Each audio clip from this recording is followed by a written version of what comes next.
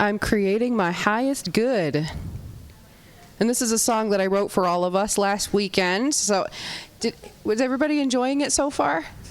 Okay, great. So I'll sing the first verse for you again, just as a refresher. And if you'd like to stand, you're welcome to do that. Stretch it out. Here it comes.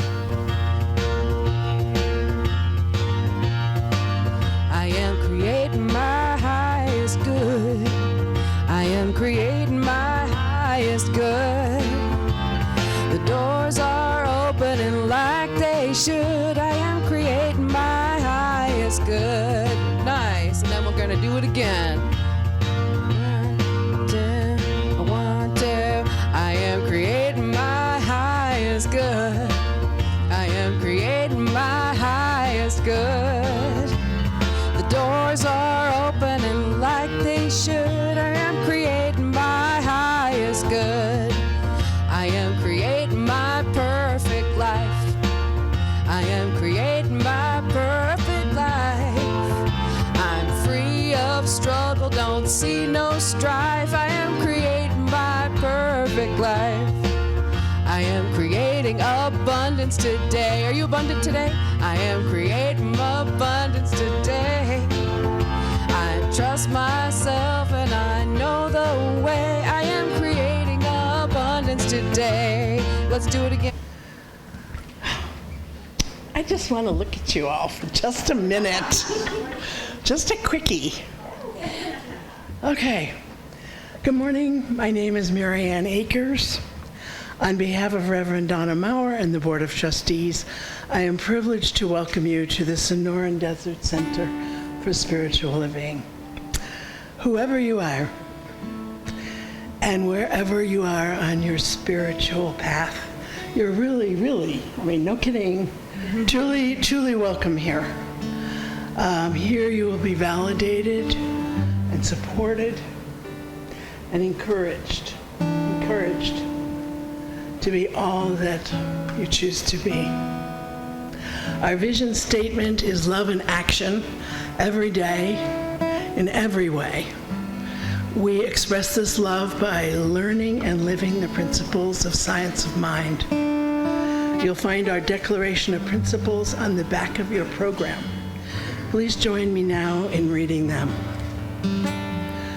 I believe there is an infinite intelligence operating throughout the universe. I believe the intelligent power is only good. I believe this intelligence expresses as me. I believe through my conscious use of this power, I create my life as happy, healthy, and complete. And so it is.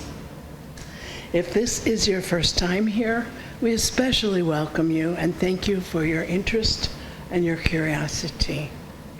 Stay curious. There's always something going on around here. Are there first-time visitors?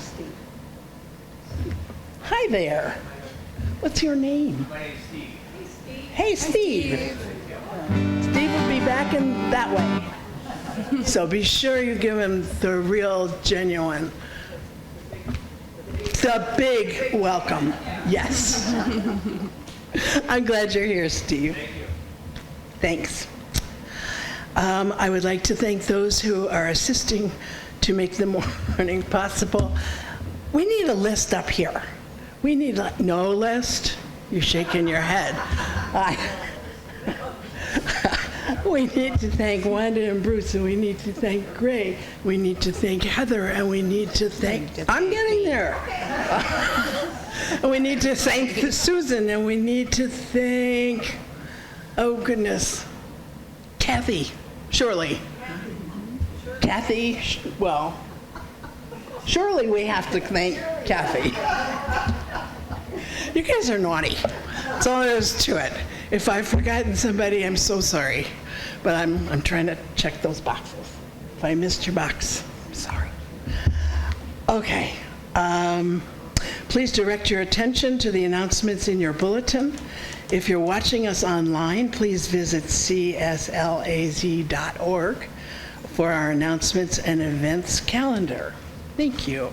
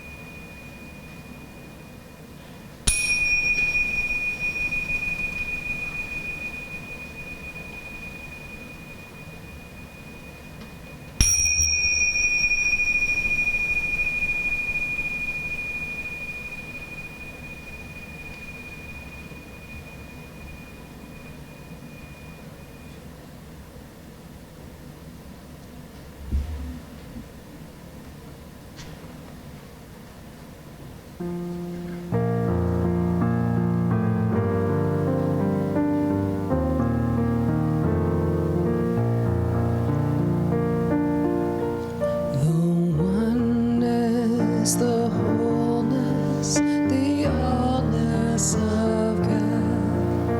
The oneness, the wholeness, the allness of God. God as you and God as me. We share a perfect unity.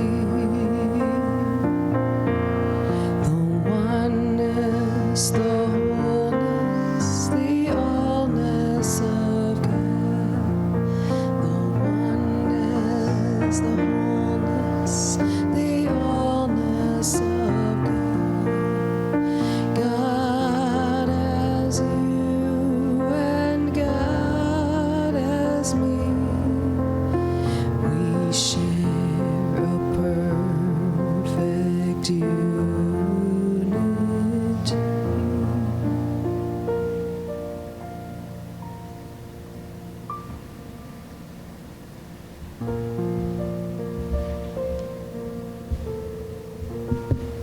Good morning. I'm John Lopez, one of your amazing practitioners here at the Center for Spiritual Living in Amado. Would you please join me in our opening invocation? Close your eyes if you feel inclined to do so. And know with me that God is all there is, everywhere present, filling all space. It truly expresses and manifests as all creation.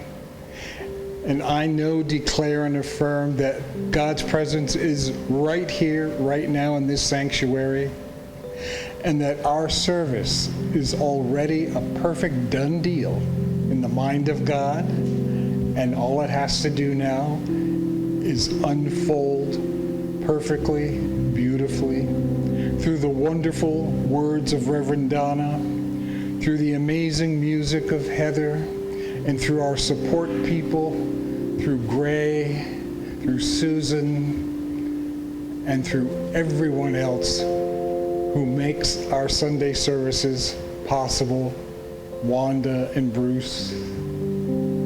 I'm so grateful for this truth. I'm so grateful that this is a sanctuary where we can call home, that we are gathered here in the one mind, that all is inclusive and all is well. And let's anchor this together by saying, and so it is. All right. Well, have you ever had one of those weeks? This was a perfect week for me to demonstrate the laws of cause and effect. And it all started with a couple of perfectly positive, good causes. My home office was situated in our dining room, but I couldn't get a good signal on my phone. So we came up with the idea of moving my office into a corner of the front room where the reception was perfect. Go figure. But at the same time, my computer started shutting itself off spontaneously, right in the middle of a session. So well, that's not good. So those two causes created this chain reaction of effect, effect, effect, effect, effect, all of which were rather challenging. I won't go into the whole list, but one of the things that we did was when I took my computer in, and they fixed the cause of why it was shutting down, no problem. But I had backed up all my data onto an external hard drive. And when it came time to try and transfer the data back to the computer couldn't find the hard drive. And I thought, oh my God, have I lost all my data? Including the manuscript for my book, which was just ready to be sent to the publisher. So, I have this reading here by Thomas Troward, who has been called the father of New Thought. And he has this to say about causes and conditions. He says that every positive condition, which is what I started out with, has an exactly opposite negative condition corresponding to it, and that this correspondence results from their being related to the same cause. Who knew? Conditions are no sooner called into existence than they become causes in their turn and produce further conditions, and so on ad infinitum, thus giving rise to the whole train of secondary causes. And to demonstrate that, not only did I have this stuff with moving the office and getting the computer back up and running and being told to buy this kind of cable and that kind of cable, and at first it was the wrong one, and finally we got the right one, and then we finally got the two to communicate, but then it was saying only 250 hours to download all the data back onto my computer, which worked out to like 10 days, okay? Now usually what happens is that process goes faster and faster. So hopefully it's about maybe 180 days, which is what? Maybe 7 days. So those were going on. Then we get home after dealing with all this, and we bought some groceries, and I put the gallon of milk on the shelf in the refrigerator, and the whole shelf went and there was raspberry chipotle sauce all over the kitchen floor. So I was down on my knees for the next hour, wiping up and scrubbing the tiles. Those tiles in my kitchen have never been cleaner.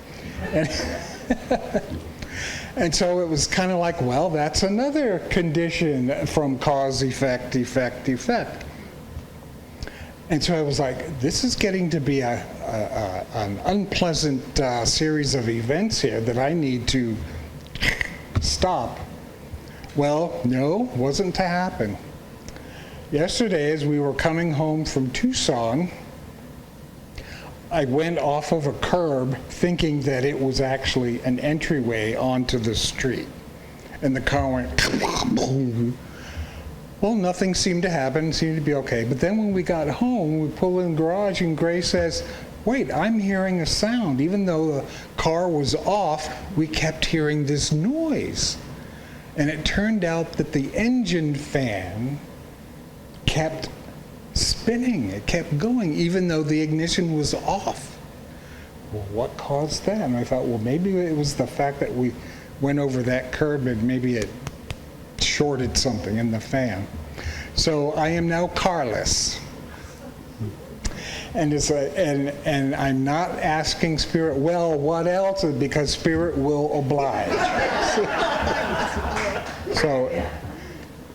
So here's what Ernest Holmes has to say in Living the Science of Mind cause and effect.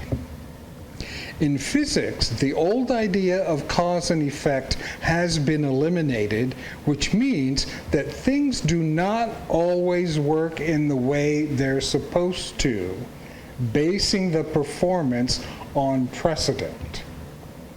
The universe is not merely a gigantic machine. There is injected into its mechanism a will, a choice, a volition. From a scientific viewpoint, it is no longer held that anything is predetermined or foreordained. There would be a sequence in the continuum, and there would be cause and effect operating unless it is intercepted. But there would also be choice and volition, introducing a personal factor and spelling freedom. This is the viewpoint the spiritual mind practitioner must take in working for himself or for others. Hello? Judge not according to appearances, but judge rightly. New causes bring new effects, and every sequence of cause and effect takes place in something which is greater than cause or effect. Freedom is where it is perceived, and in such degree as it is perceived. Nothing is solid. Everything is moving, shifting, changing. Emerson said that even though we view the universe as a mass of solid facts, God, or the supreme cause, views it as liquid laws, for matter is spirit reduced to its greatest thinness. So then, to give me some comfort, I saw this daily guide in our most recent Science of Mind magazine. It was actually for yesterday, and the title of it is "Make Your Burdens Light." I'll go for that. Starts with a quote from Meister Eckhart. Truly, it is in the darkness that one finds the light, so when we are in sorrow, then the light is nearest of all to us. And from Ernest Holmes in Creative Mind, the highest attitude of mind from which all else springs is one of perfect calm and absolute trust in the Spirit. And then the guide for that day says, I read a story about how the Boy Scouts initiated new members by staging an obstacle course of chairs. Whoever maneuvered the chairs and finished first was the winner. Then they would blindfold the boys, remove the chairs, and watch the boys tiptoe around a maze of obstacles that no longer existed. The question is, are the obstacles you see in life real or imagined? When we question how real our obstacles are, we may find they don't exist at all. Or we may see them as opportunities to grow and learn. We can choose to move beyond victimization to a place of strength. Holmes reminds us that while it may not be easy to hold our mental attention to an ideal when our experience is discordant, we can do it. Rather than wallowing in our hurt, we can rise above the pain to a new place in consciousness. Thank you. Namaste.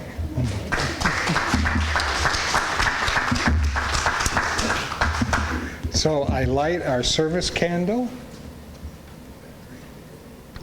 It works. And I will be going over to our practitioner table over there, holding the high watch.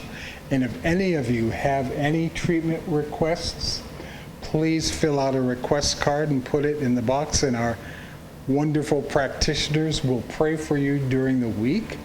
Or if you have any treatment you'd like for a 1-minute miracle, I'm over there and I'm also available to do that with you. Thank you.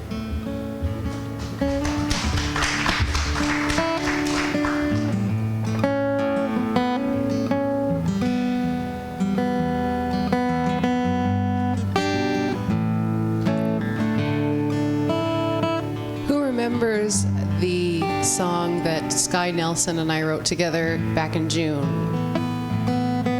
Nobody? Okay.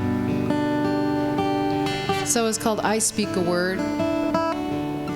And it kind of goes like this.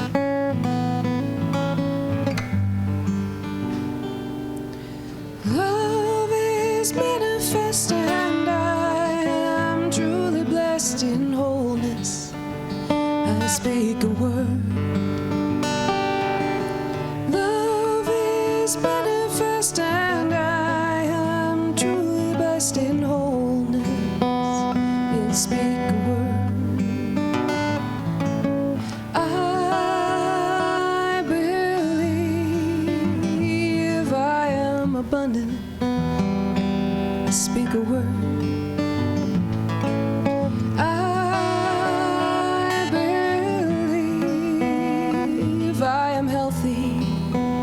I speak a word. Now, the next part. Think of those things that you believe and that you speak that word on.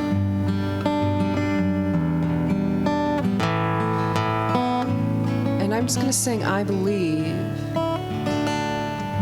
And I would encourage you to shout out if you feel comfortable. Speak out the words that you believe. And we'll all respond to you and say, I speak the word with you.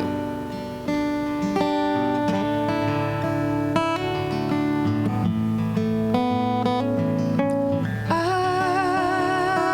believe life is good. I speak a word.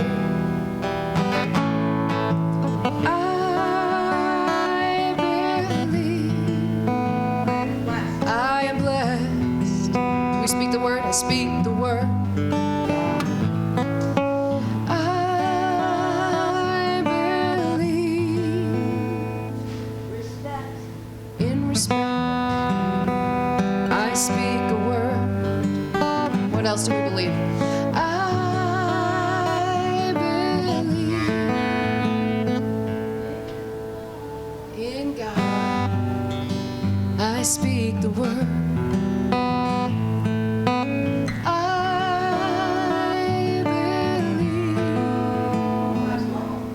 All is well, and Susan, that you're home, that I am home. Yes, I speak the word. I think we can all speak the words. We're going to do another round of those.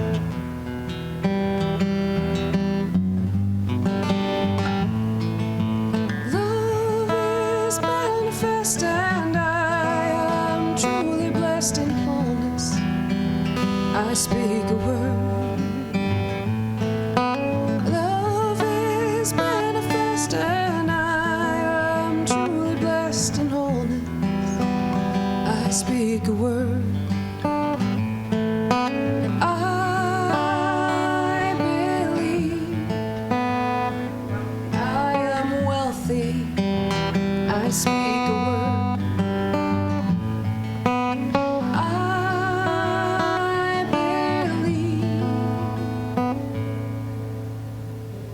In love, I speak the word.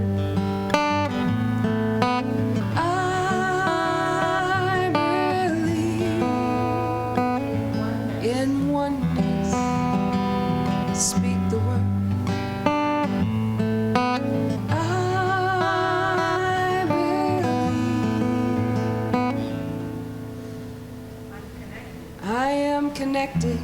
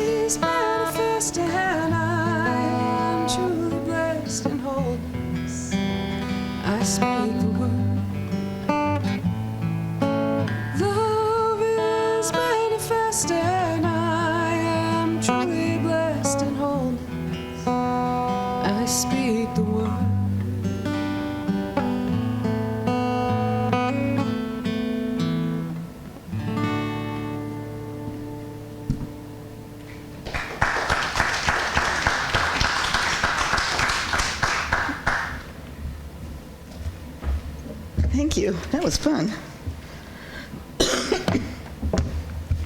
Good morning.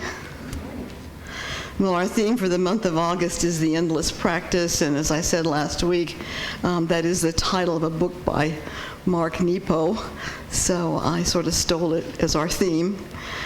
And as Mark said, he said that life is an endless practice, because we're constantly learning how to maneuver in the world. And I think for those of us who are on a spiritual path, we are more aware of those things that create joy and fulfillment compared to a life of frustration and dissatisfaction. So I think our endless practice takes on a more spiritual bent as compared to someone who may be seeking fulfillment through a job or wealth or status. You know, in fact, most of us have been there, done that, and we've still found something missing, and that's why we're here. So my topic today is at home in the universe, and when I came up with it, I had absolutely no idea where I was going with it. I generally don't. But I happened to be scrolling through Pam Grout's book, E², 9 Do-It-Yourself Energy Experiments that prove your thoughts create your reality. And in her table of contents, there were 4 points that jumped out at me, and I realized that if we're going to be at home in the universe, then these were something that we need to know, and we need to learn how to practice it. So the four points were: there is an invisible energy force or field of infinite possibilities. We impact that field and draw from it according to our beliefs and expectations. Our connection to the field provides accurate and unlimited guidance. And the universe is limitless, abundant, and strangely accommodating, which I think John was experiencing this week. So let's start with: there is an invisible energy force or field of infinite possibilities. You know, many of us grew up believing that God, believing in God as an entity somewhere in the heavens that looks down on us and judges us, judges our every move, and responsible for punishing those who've been bad and rewarding those who've been good. And if we've been raised in this belief, then it's often hard to make the transition to the belief that God is an infinite presence and power that responds to our thoughts and beliefs. So at first glance, the way that we describe God seems too impersonal. I had a student ask, well, if you take away the God I've always believed in, then who am I going to talk to? You know, and I think there's some definite truth in that. But the truth really is that once we understand this relationship with the power and presence that is infinite, it's even more personal than the God we're releasing. So our founder, Dr. Ernest Holmes, says, it's kind of a long quote, but he says so much in it: when we first transcend the old idea of God, we may lose something because it was a God to whom we could go as we would to a human friend, a God we felt could hear and answer us as a person would. When we think exclusively of a universe of law, we no longer have that human-like God to pray to and may be thrown into a spiritual abyss. But we pass through this state into the realization that we could not be conscious beings unless there were a first consciousness in the universe. We could not have become personified unless there were an infinite personalness. So we begin to see that there is an infinite personalness in the universe, an infinite presence, the universal cause of all personality. Then we further realize that where our own life is personified, God is personified, because there's only one of us here, the God expressing as you and me. So we regain the idea of a personal God, but without the limitations of a human God. Prayer then becomes a communion and not a petition. The wave arises from the ocean of infinity and personifies itself through all people. Hence, it is personal to all who sense its inner presence. So once we become comfortable with this idea of a divine presence that is right where we are all the time, and we know that we can commune with this presence, whether we use words, thoughts, or feelings, then we start to see it operating everywhere. Pam Grout says there is an invisible energy force or field of infinite possibilities. So if you and I are going to be at home in the universe, then we need to know and trust this presence, this energy force, and we have to believe that it's filled with infinite possibilities. Dr. Deepak Chopra says the true nature of our ground state and that of the universe is that it is a field of all possibilities in our most primordial form. We are a field of all possibilities. In her book, Pam Grout suggests that we conduct an experiment to show ourselves that this invisible field of infinite possibilities is at work right where we are. So she tells us to ask this field for an unexpected gift or blessing, and to set aside a definite 48-hour period for this gift to manifest. And we can't outline what the gift is going to be. We just have to be open to something happening. So she suggests that you write down a day and time that you're going to start, and then really think about it for a little bit, contemplate on it, so that there's some energy around it. Okay, I believe this stuff. I know it works. I am claiming that this stuff is showing up as a gift for me. And then watch what happens in the next 48 hours. She said that one of her students received an unexpected raise. Another was given a brand new purse that she just absolutely loved, and another was offered a free ski trip. So, I mean, this stuff really does happen. And she says to do this experiment properly, you have to set aside skepticism, not forever, just for 48 short hours. All you have to do is spend 2 measly days expecting to see proof. Expect it with your whole heart.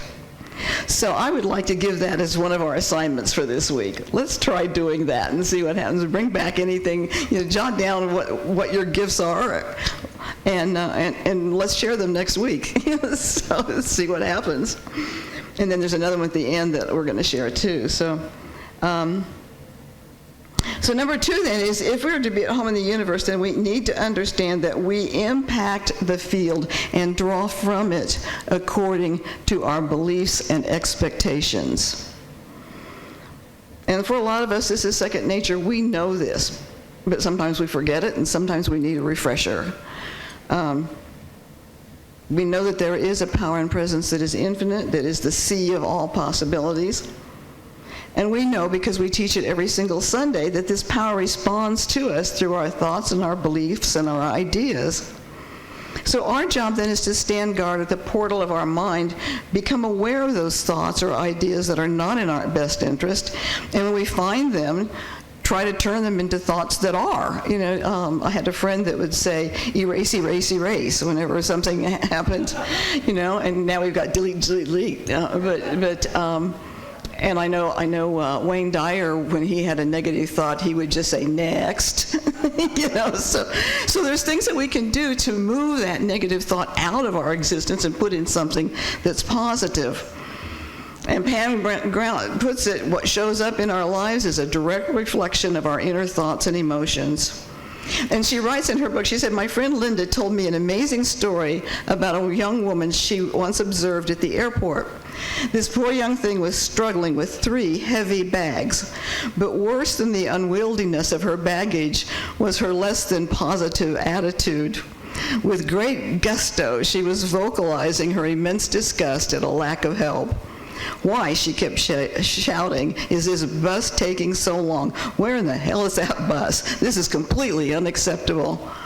Linda said that she might have felt sorry for the girl, except that the very bus she was criticizing was 5 feet in front of her with its doors open.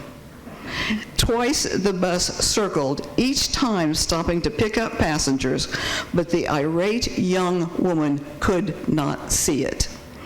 The bus, thanks to her intense commitment to struggle and anger, was literally out of her energetic sphere. So that's how powerful we are.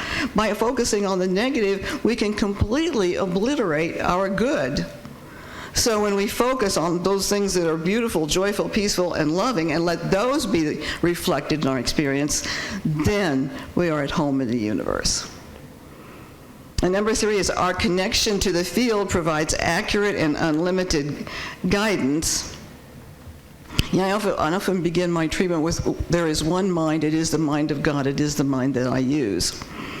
And because God is all there is, we are using the intelligence of God every time we think. But the mind has 2 aspects, conscious and subjective.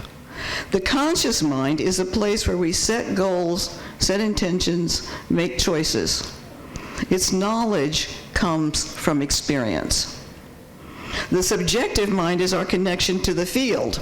Dr. Holmes says to arrive at the greatest possible use of the creative power of thought, we must realize that the universal subjective mind is the essence of every form, without limit, infinite impossibilities. Being subjective, this universal mind never thinks of itself in relationship to other things. It never thinks in any circumscribed manner. Once it has an idea, it works accurately and mathematically on that idea, always with the purpose of externalizing it, never with the idea that there is any limitation. And Pam Grout says the conscious mind was designed for just 2 things: to identify problems and formulate goals. Anyone harnessing the mind properly would use it to define a problem or set an intention and then quickly jump back jack. That's it. That's all the cerebral cortex is good for, planting seeds. But instead, what we do, all of us do it, the conscious mind decides to get involved, to weigh the pros and cons, to come to rational decisions, gut feelings be damned. So in other words, when we're uncomfortable with the universe, it may often be because we've let our conscious mind do the work of the subjective. The conscious mind will try to figure out things based on what it knows through its experience. When we can make our desire known or our intention known and then step back jack, and let the subjective do its work, then having within it limitless possibilities, it can do its work to bring about the thing we desire in ways we could never, ever dream. Deepak Chopra puts it this way. He says we need to let the universe handle the details. He says our focused intentions set the infinite organizing power of the universe in motion. Trust that infinite organizing power to orchestrate the complete fulfillment of your desires. Don't listen to the voice that says you have to be in charge, that obsessive vigilance is the only way to get anything done. The outcome that you try so hard to force may not be as good for you as the one that comes naturally. You have released your intentions into the fertile ground of pure potentiality, and they will bloom when the season is right. When we spend time in spiritual contemplation, in prayer, in treatment, in meditation, then we are opening those lines of communication. And we begin to get familiar with our intuitive abilities, which come from the subjective. And we are guided then by our gut feelings. We are given messages. You know, I used to, before I used the computer so much, I used to, for my Sunday talks, I would get up and stand in front of my library and go like this. And a book would light up.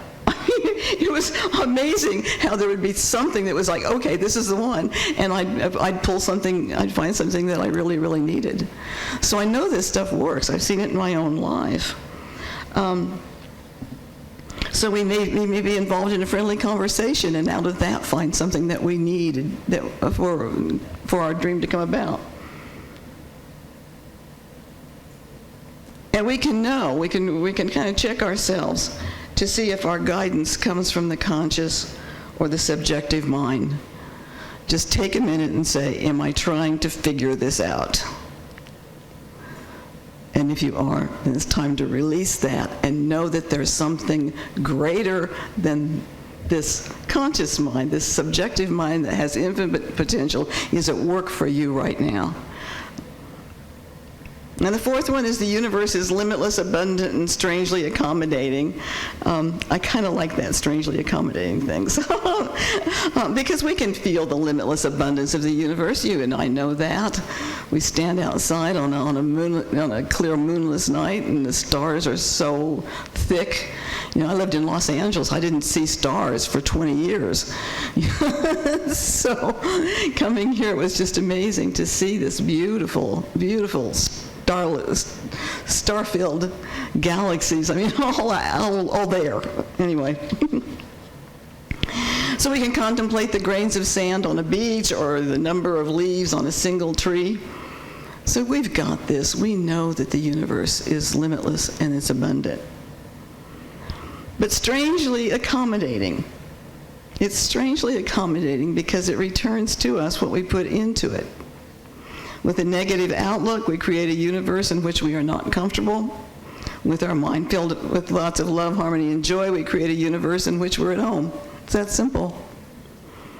So one of the experiments in Pam Grout's book is to keep a journal of every good thing that happens over a 2-day period. So this is a second part of our assignment. And use 2 separate days. Don't try to do both of these experiments on the same 2 days. So keep a journal for a 48-hour period of every good thing that happens to you. Every good thing. Someone opens a door for you. The clerk at the store is especially nice and helpful. You find what you need to solve a computer problem. And also watch for those God giggles that don't come from people. You know, like the incredible cloud formations before the storm, or the rainbow after it. The antics of a family of quail. You know, I love to see those little babies. And my love is bats. I love bats. And they come they're out now. They come for a few weeks each year, and they nest in our carport, and I think they raise their babies. So I usually have 2 or 3, and I'm just absolutely, John thinks I'm crazy, you know, when he sees me heading out with my flashlight, you know, out the back door. But it's so fun to see these. When they're out in the rafters, they're teensy, tiny little things, and they're so sweet. So to me, that's something I would put down as something good that happened to me. So I'd like for that to be our second assignment for the week. Pick a 48-hour period, jot down the very smallest things or the big things that have brought you joy. And then be aware of your shift in attitude as you're focusing, because what we get what we think about. So the more we're thinking about the good things, the more good things should be coming up into our life. So, to be forever at home in the universe, we need to keep in mind that there is an invisible energy force or field of infinite possibilities, that you and I impact that field and draw from it according to our beliefs and expectations, that our connection to the field provides accurate and unlimited guidance, and the universe is limitless, abundant, and strangely accommodating. Thank you. Namaste.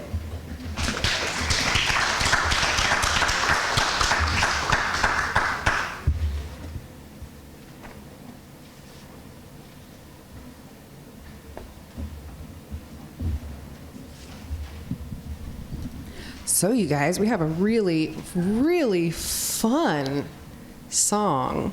But I don't want to invite you to stand if you don't feel like it, because the only part that I need your help with is the chorus.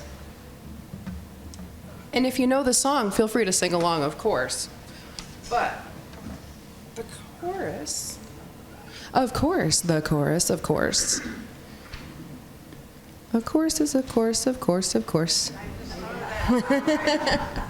Boy, talk about synchronicity, huh? All right. So, the chorus goes like this. There is nowhere that God is not. There is nowhere that God is not. There is nowhere that God is not. Everywhere I am, I know what I got. Fun, huh? Yeah. You're ready? We got Statler and Waldorf over. I love you guys. All right.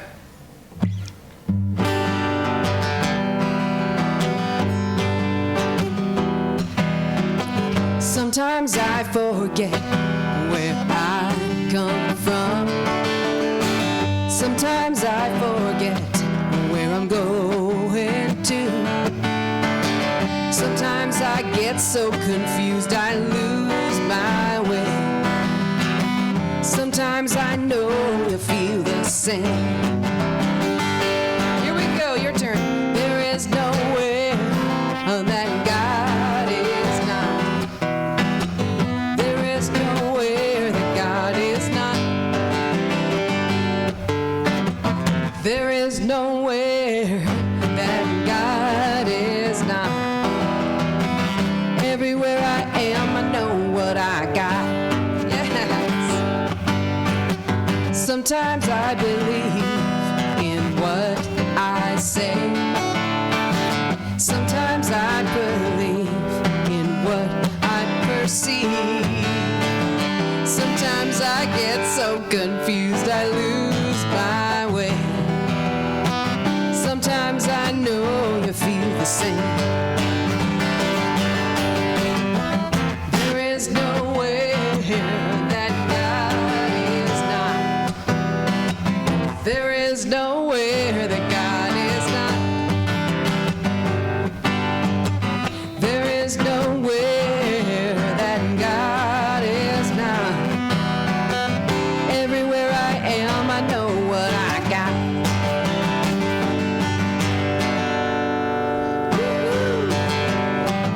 I forgot to pray, forgot to be still, I know.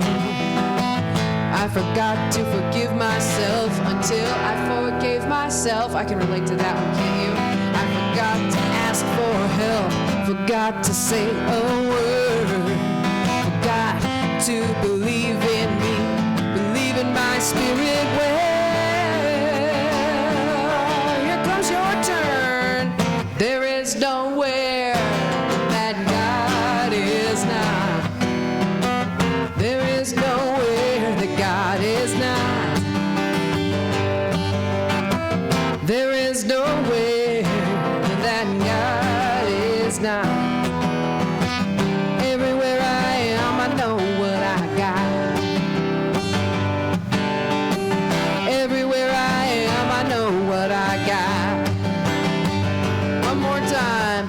Everywhere I am, I know what I got.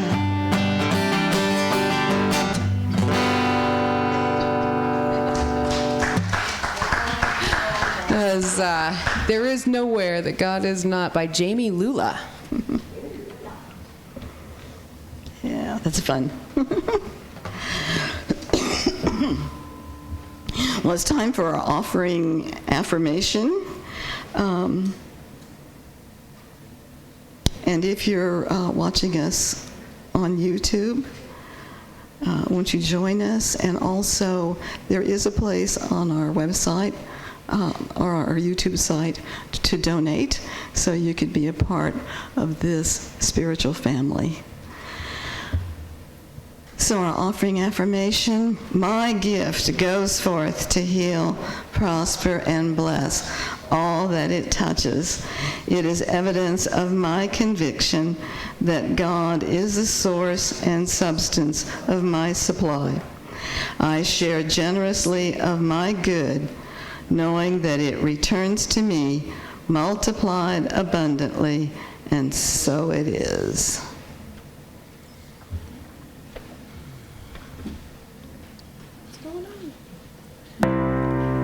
One of those weeks, yes. There is but one life. Life is God's life. That life is perfect. That life is my life now. There is but one life. That life is God's life. That life is perfect. That life is my life now. There is but one life. That life is God's life. That life is perfect. That life is my life now. There is but one life. That life is God's life. That life is perfect. That life is my life now. Thank you, sweetie.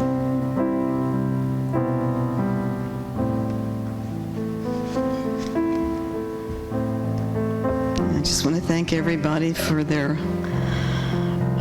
generosity, and we truly are at home here. I think I feel like we're a family, so I thank all of you for participating. And let's just take a moment to close this out in prayer. And we do have some wrapped cookies, and we've got coffee this morning, thanks to Susan. So I do know that there is one mind. It is the mind of God. It is the mind that I use. And so I use this mind to think on those things of good report, to see the good in all things, to not judge according to appearances, but according to righteous judgment. And by doing this, I know that I bring my consciousness to the planet. And there are changes not only in me, but in those who are close to me, because this is the way that it works. So I give thanks for the demonstrations that we have made this week. I continue to pray for those who have any challenges to know that the power of God is right there. Speak a special word for Marilyn and Chuck McClellan, as Marilyn's in the hospital due to a fall. And of course, Chuck is so very concerned about her, so we just know peace of mind for Chuck and perfect wholeness for Marilyn. And so I simply, with gratitude and love, release these words into the law of mind to do its perfect work as we say together, and so it is. Thank you. Shall we form a circle? And we'll sing.